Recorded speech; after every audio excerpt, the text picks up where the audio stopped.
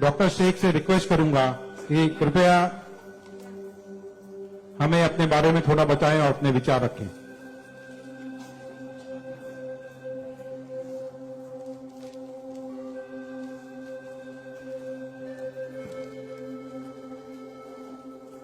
सबसे पहले तो मैं अल्लाह रब्बुल इज़्ज़त की बहुत ज्यादा शुक्रगुजार हूँ कि उसने मुझे इतनी इज्जत दी और इस मकाम तक पहुंचाया कि मैं अपनी लाइफ के जो फैक्ट्स हैं, जो जर्नी में आपके साथ शेयर कर सकूं।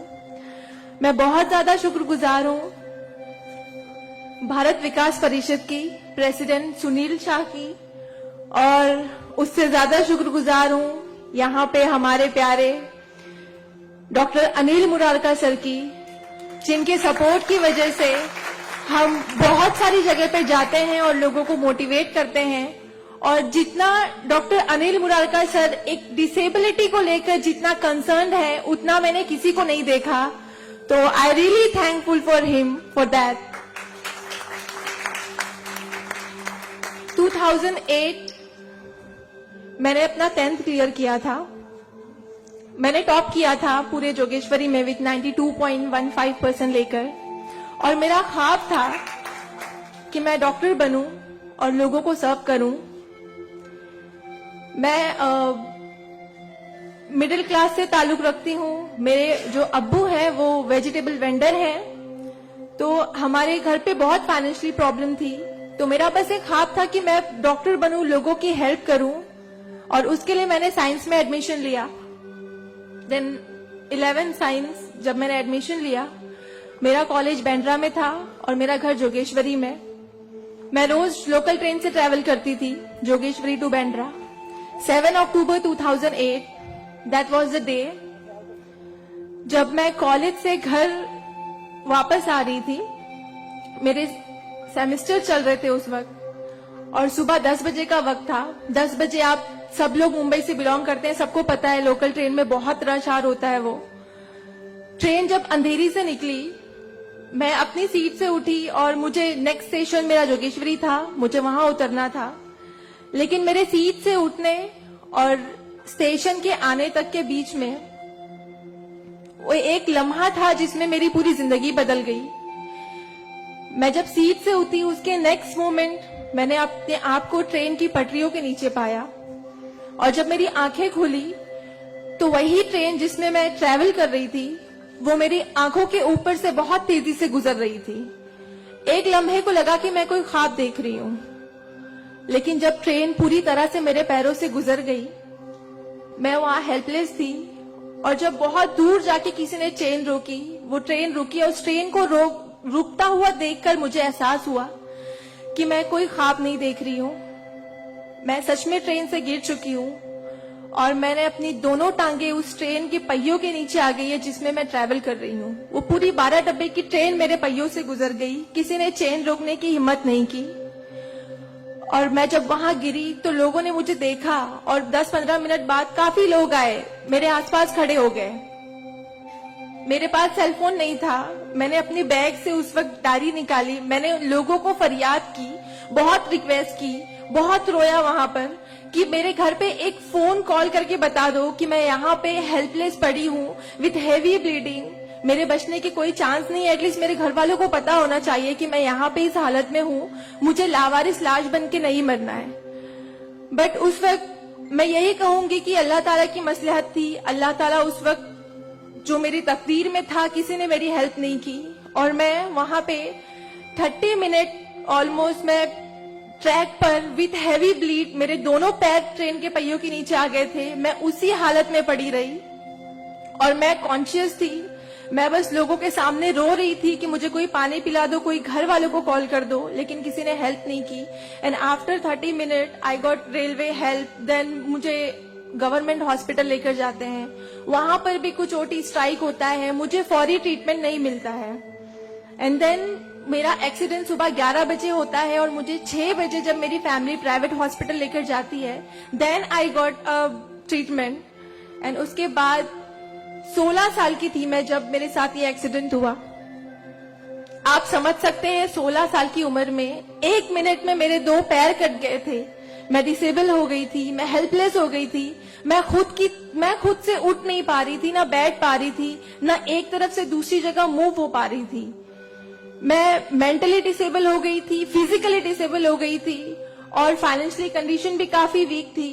वो सारी चीजें मेरे दिमाग में चल रही थी और जब लोग मुझे देखने आते थे तो कुछ लोग हमदर्दी में नेगेटिव कमेंट्स भी करते थे कि 16 साल की बच्ची है, 2 पैर खो दिए हैं, सारी जिंदगी माँ बाप के ऊपर बोझ रहेगी, ये जिंदा क्यों है, इससे अच्छा ये मर जाती।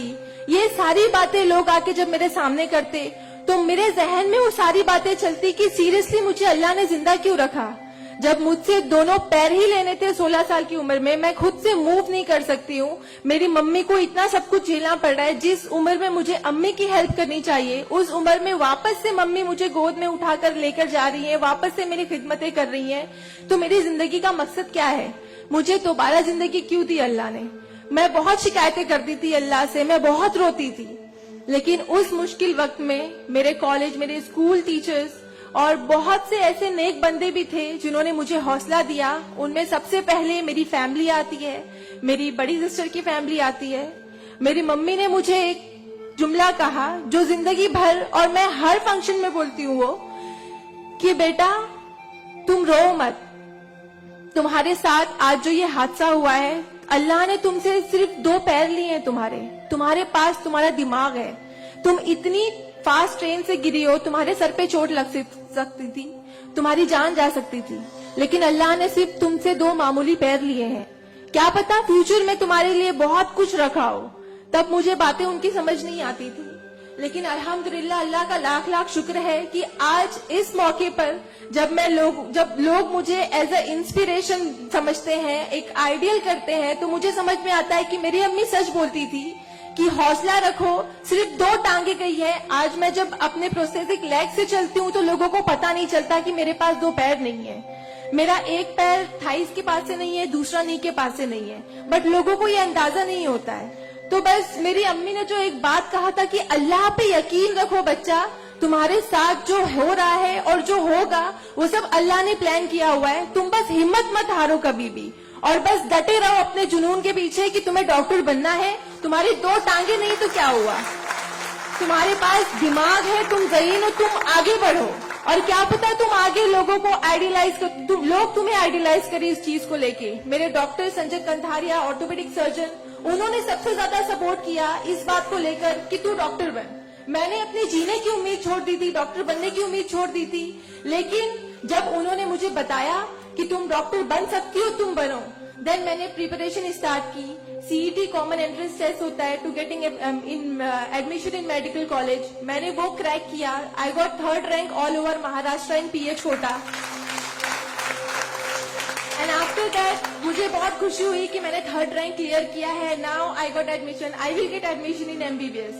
बट वहां पर भी एक प्रॉब्लम थी मेरे लिए कि मुझे डिसेबल परसेंटेज 89% डिसेबल हूं मैं, और मेडिकल में एडमिशन के लिए 40 to 70 there is a criteria to get admission for MBBS. मैं मोर देन 70% डिसेबल हूँ, ये कहकर मुझे उन्होंने डिनाई किया कि आप एलिजिबल नहीं हो, आप एमबीबीएस में एडमिशन नहीं ले सकते हो, आप डॉक्टर नहीं बन सकते हो।